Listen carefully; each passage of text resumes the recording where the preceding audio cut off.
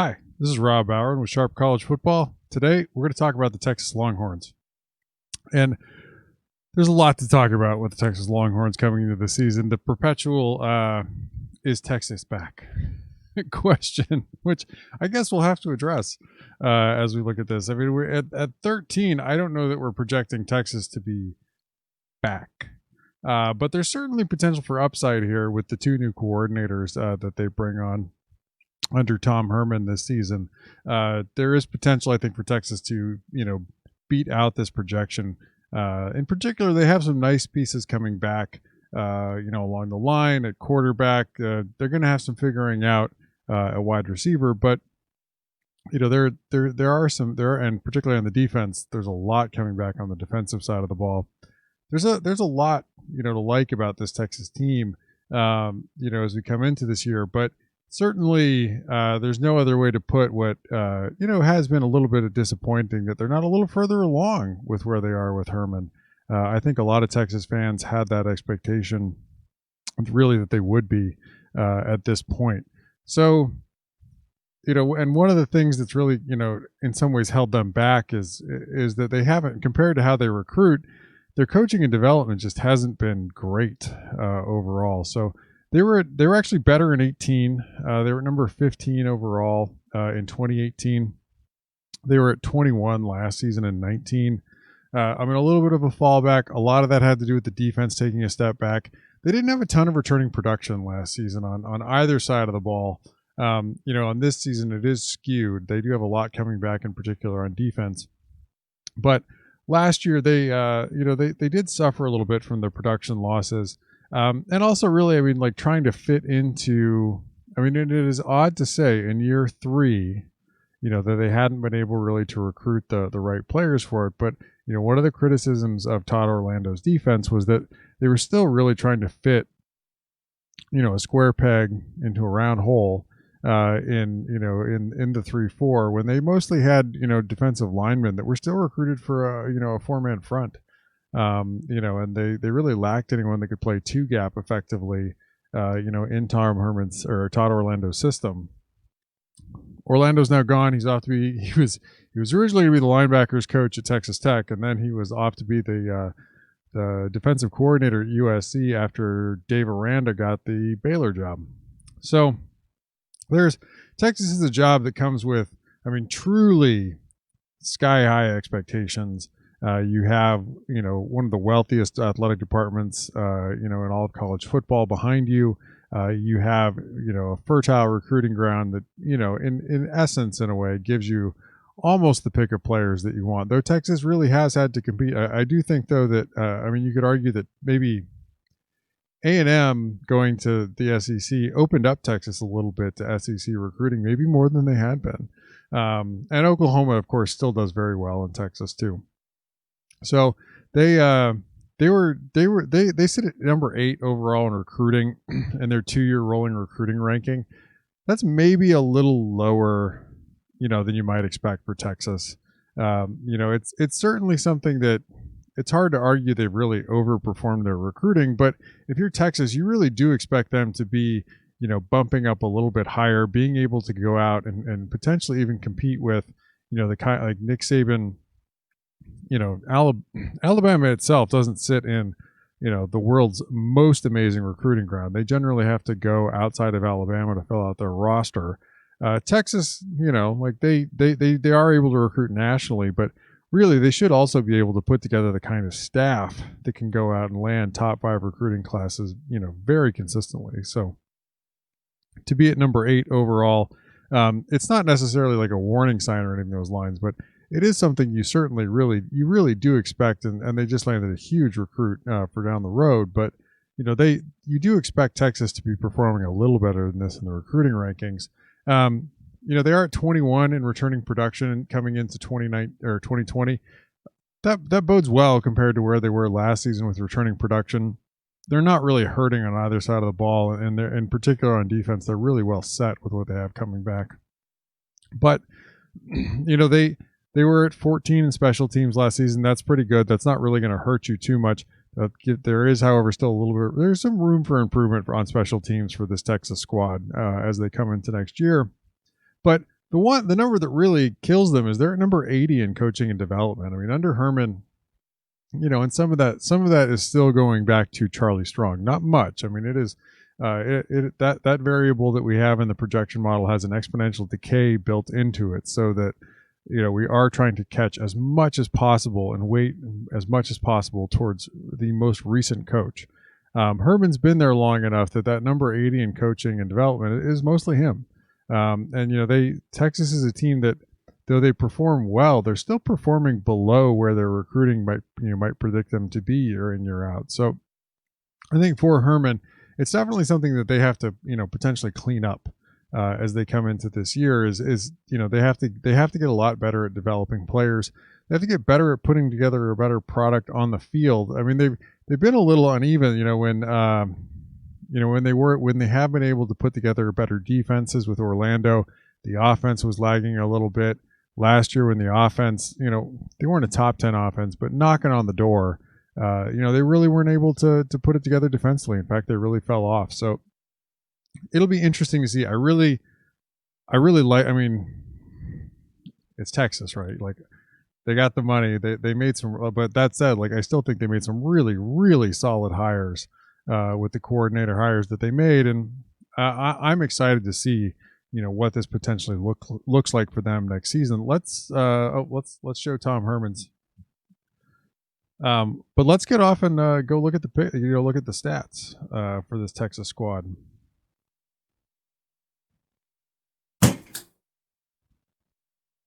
So number 13 on offense overall last year in beta rank. That's pretty good. They were at 20 and 18, so that is a little bit of a step forward that they've managed to do under Tim Beck. Where they really hurt last season was in drive efficiency. That number 37 overall. Texas, when they were able to get a first down, coming off the field and not go a 3 and out, they struggled to put together a long drive, and to be able to put up points. That's something they're simply going to have to get better on next season, is that drive efficiency number. You can't be in that range and expect to get into the top 10. I mean, unless you are just massively explosive as an offense. So for where Texas wants to be and where they want to connect, get to, I think offensively, I do think that they're going to end up, we are dropping frames like crazy.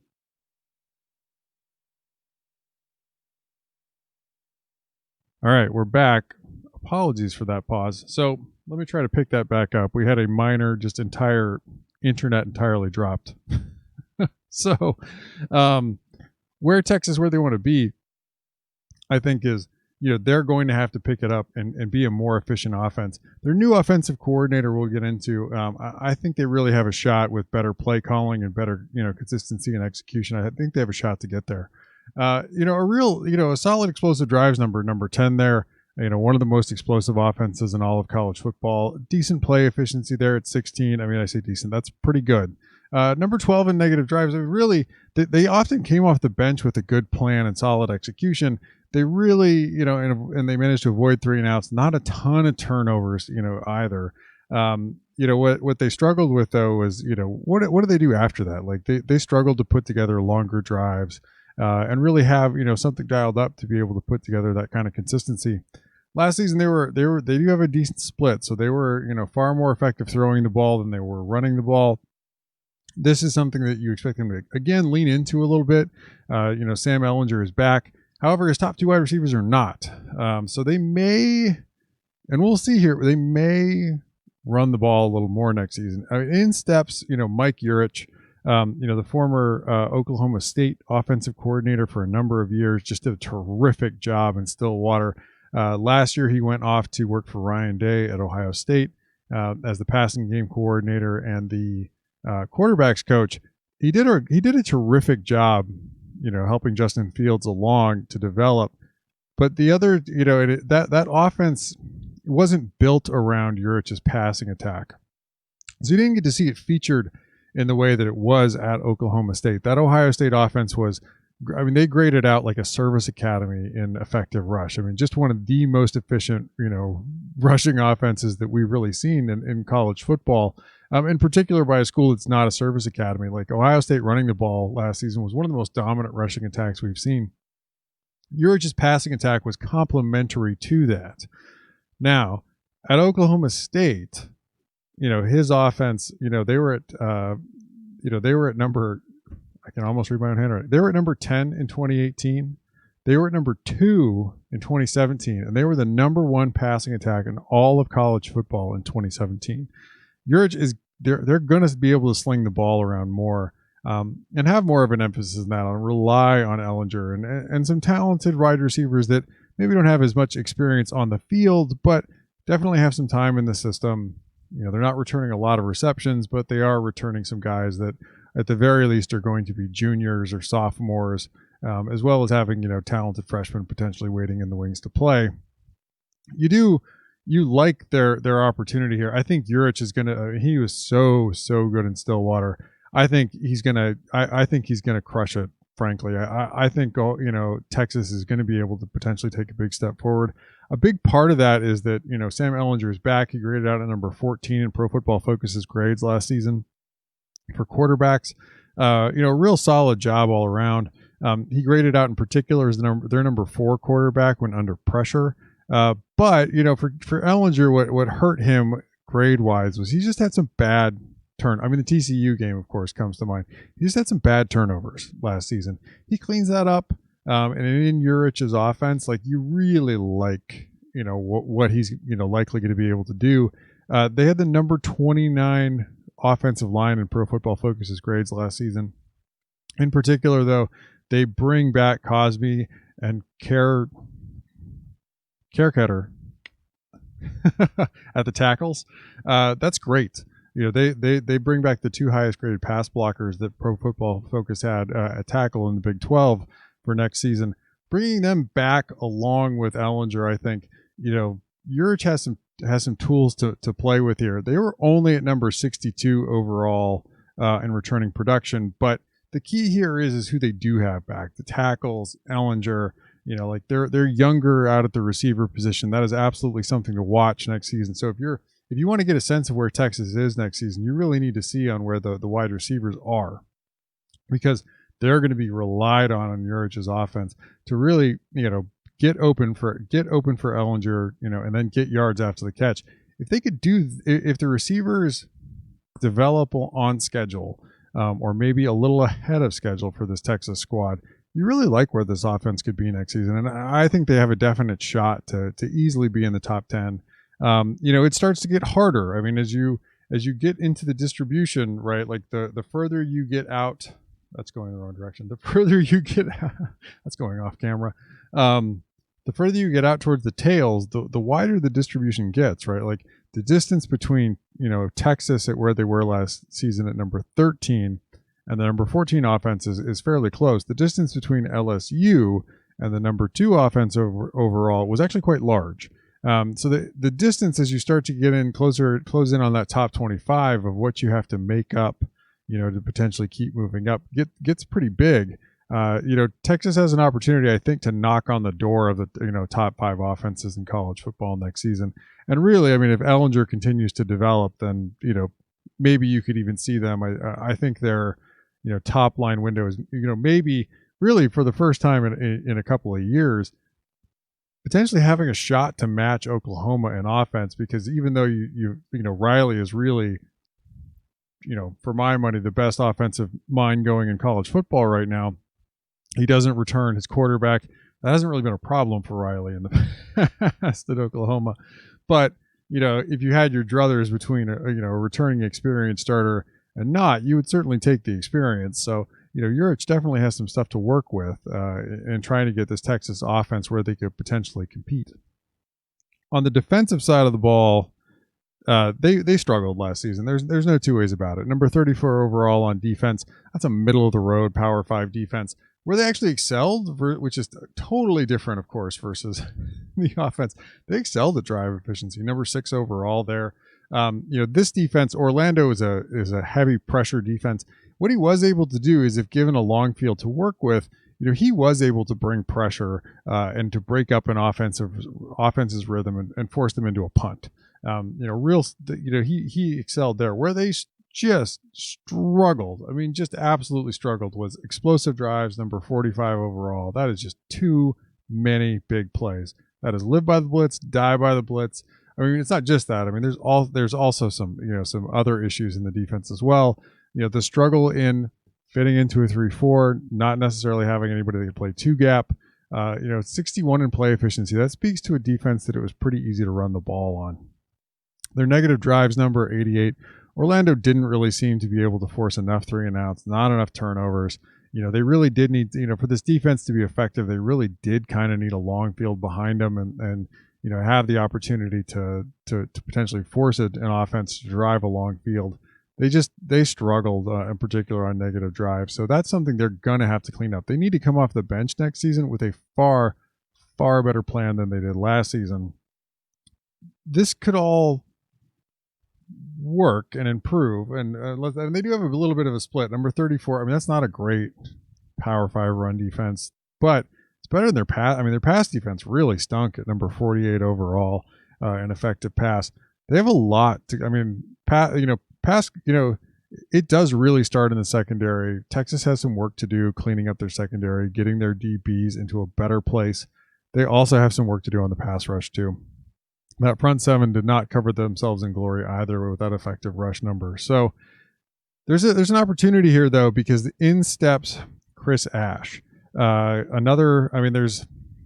you're sensing some ties here, like, hey, a guy that spent some time at Ohio State. So Chris Ash, he was at Ohio State. He was most recently the head coach at Rutgers for 3 seasons. It really in no way worked out. Rutgers is an incredibly hard job that is in the Big Ten East. So good luck. I mean, you get to cash the Big Ten checks at Rutgers, and you didn't get consigned to, the AAC, but you are, there is a rough schedule every season for Rutgers. But, Ash, when he was at Ohio State, they were at number 9 in 2014 when he was the DC there. They were at number 7 in 2015 when he was the DC there. I think he really does have the potential to get this defense turned around. This season they were, in Orlando, it fell off. It fell out from under him. They were at 18, or in 24 and 18. So they were at so they dropped 10 spots. They went from 24 to 34. The year before that, Orlando's first season, they actually were at number 7 overall and 17. It really just makes you question whether they were able to maximize and develop talent, and whether Orlando was able really to make the most out of what he had when he came through the door. It seems like he did. Was less so, as time went on. That it didn't seem like that they could really develop players and get the effort out of them was really required to play better defense. So Ash has, again, he's got something in his hip pocket here. They're at number 12 in returning production on the defensive side of the ball. It is hard to see them making an epic leap here. I mean, I think they will get better. I don't know that they're going to have a top 10 defense next season. You never know. They absolutely could. I mean, Texas absolutely has the talent to do that. But when you look at, there's still a lot of problems potentially here. To undermine things here. I mean, this is a unit that struggled to play good football last year. So I do think that, Ash potentially gets you into that top 20 defenses in college football next season. Maybe, on the outside, if they figure out, because some of this was play calling last season, some of it was scheme, player development. You're not going to fix all that player development in one season, one off season. That's going to have to come. So the fruit. If you're a Texas fan, you are absolutely. I believe you're going to see a better defense next year. I think they're probably, in the, closing in on the top 10, in all likelihood, and sitting outside the top 10. If the offense can really get it going, that's good enough, right? Like, I mean, you're hoping that, Lincoln, because you got to have your eye on. I mean, Oklahoma's been the king in the Big 12. Like, you got to have your eye on what Oklahoma's doing. You're just hoping Alex Grinch doesn't, make that, the kind of epic leak we're talking about with Texas, that they don't make that this year under Grinch. If they do, Oklahoma is going to be a real hard to handle and catch, with this consistently very, very good to great that their offense has been. If their defense starts to make those kind of leaps too. But Texas, you are going to be a top 10 team. We have you projected out at 13. So, the top end for Texas here is quite high, on their confidence interval. But they're going to be a top 10 team if they're able to get their defense in line, get a top 20 defense, and potentially have, an offense, in that 6, 7, maybe a little higher range. You're a top 10 squad, provided that you're, if you don't totally bomb special teams, which I don't expect from them. So Chris Ash is this fella here. Let's jump off and look at the schedule. So the schedule here, I have it's the Big 12. They're gonna play 9 conference games. When you go through this and you look at their projected win total in conference, it's pretty solid. I mean, for the nine wins there, you could or the 9 games there, you could easily see them with this, projected conference win number winning as many as 8 games. Because they are going to be outside of Oklahoma, and you actually, if you're Texas, you wouldn't necessarily mind getting LSU as much this year as you did last year. But outside of Oklahoma, where, Oklahoma right now projects, under a touchdown favorite versus Texas. I like Texas to improve with the new coordinator, so I might put that closer to 3. But I also like Oklahoma's defense to improve a little bit too. So my mind may change by the time I preview Oklahoma. I might have that at 4 or 5. I don't think, however, 6.5 feels quite right for it right now. But if you're Texas, I mean, you're looking through here. I mean, the tight games that we project with Beta Rank, with the projection model coming in, are really that Oklahoma State game. That game, we do like, what Oklahoma State could potentially do. For them, it really does depend. As we just covered last Friday, what their offensive coordinator is really able to get going. Is he able to really get that offense? Which really, after Urich left and they went to Gleason, I mean, just ended up in a ditch a little bit last season. Is that offense for Oklahoma State able to get on track again? But a lot of these other games, if you're Texas, you want to have enough distance on some of these games between you and some of the other teams in the Big 12 to really potentially win on an off night. And Texas, for the most part, we project them to be, good enough, enough better than most of these teams that they're going to play next season. The Big 12 projects to be solid. Some of the teams do project to take a little bit of a step back. We project Baylor's going to take a little bit of a step back with everything they lose on the defensive side of the ball. I do expect them to be good, particularly, later on in their schedule. I think that defense will develop. I don't necessarily know that at the beginning of the year they're going to be stellar on defense. And really, too, that offense has to get on track under Larry Fedora. It never really did under Rule. So we project West Virginia right now pretty high. I'm actually a little lower on West Virginia than the model is right now. I'd have Texas at 10 points on that one. It's really the Iowa State game that kind of jumps out to me as, the Iowa State and Oklahoma State games, and then, if Texas can manage not to completely fall on their face in most of the other games, they should win. But the Iowa State and Oklahoma State games, those are games that if Iowa State were able to, and Purdy is really able to, continue to develop and play well this year, Iowa State is a team that could challenge Texas, and might not need more than maybe being plus one on turnovers in order to win. Oklahoma State's a team that, with everything that they have coming back, they also bring back a lot on defense. If they're able to take the kind of step forward that we think that they might be able to, then they might not need any luck. It could be a real slugfest versus Texas. And I mean, if you're a Texas fan, of course, the main thing you want to potentially beat Oklahoma. So us having that within a touchdown, that's definitely doable. The Horns could get lucky, finish +1 on turnovers, and easily walk away with a win, in the Red River Shootout. So I'm excited for this Texas team. It's weird because I'm almost like a cynic by nature, but when I preview teams and I talk about teams in college football, I am a little. All right, so we ended up with a little bit of an audio glitch there. It might be the compressor filter I'm using. Anyway, I've taken that off. Hopefully that ends up cleaning it up. But let's go ahead and do the conclusion on Texas again, and then I'll cut it in. So for Texas next season, what to keep an eye on, because I really do think that this team has the ability to beat their projection with the 2 new coordinators out there. What to keep an eye on with Urich in the offense and Ellinger coming back and the tackles coming. There's a lot to like. What the question that you really have coming in is where do they end up with the wide receivers who are a little young? They graduate 2 senior wide receivers off of last year's team. So younger guys stepping in, are they ready to run really crisp, excellent college routes? Do they know Urich's system by the time that that comes around time to play?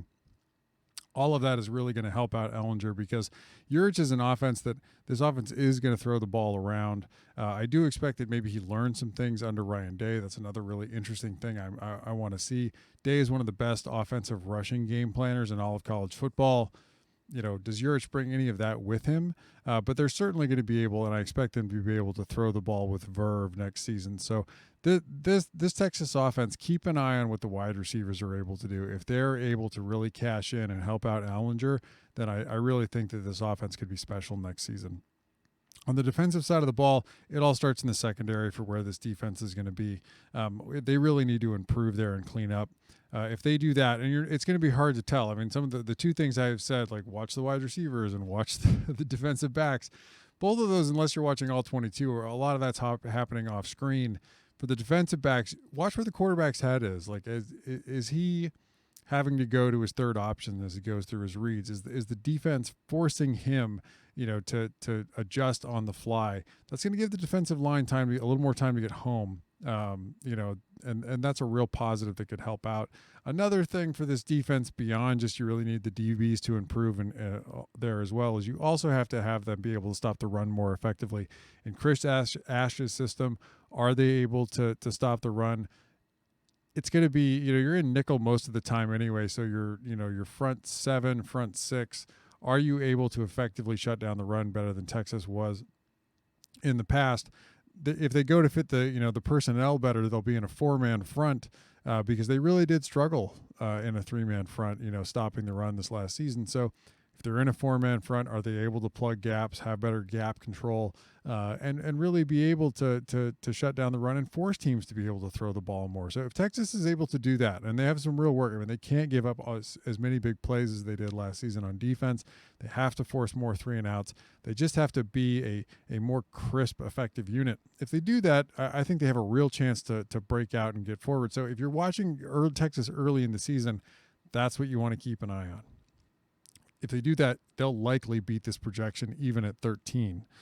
So that's Texas. We talk about, I'm pretty positive. I'm excited to see this Texas team next season. I'm really excited to see Mike Urich back calling plays again. Just real fun offenses he had in Stillwater. So tomorrow we're going to move along, do number 12 in our beta rank projections. That's Notre Dame. I actually have to project what Notre Dame is going to do against a conference schedule, believe it or not. All of the odd things in 2020. But let's go ahead and do some credentials, if you will. You can find all the stats you just saw and a lot more. I mean, as many or more advanced stats as you'll find available at your fingertips at sharpcollegefootball.com. We use Google's Data Studio, which is a free tool. It has some quirks to it, but I feel like we provide intuitive, interesting, useful metrics that help you really understand what's going on in college football and with your team. It's all available there for you to be able to consume. If you want to print it out, you can right click on it. You can put it into a PDF and print it out, email it to somebody. It's available. If you have any questions, you can hit me up. My name is Rob Bowron. I'm the econometrician behind BetaRank. I'm at BetaRank FB. I also handle the tweets from @SharpCollegeFootball. We have a Pac-12 podcast at 12 Pack Radio. You can find all the back episodes of that at sharpcollegefootball.com/12 Pack Radio. Thank you so much for tuning in. I really appreciate it. And through the never-ending saga of audio, I think if I don't have it this time, I don't know. We'll just keep trying till we do. But thank you for tuning in. Stay safe out there, and we will see you tomorrow.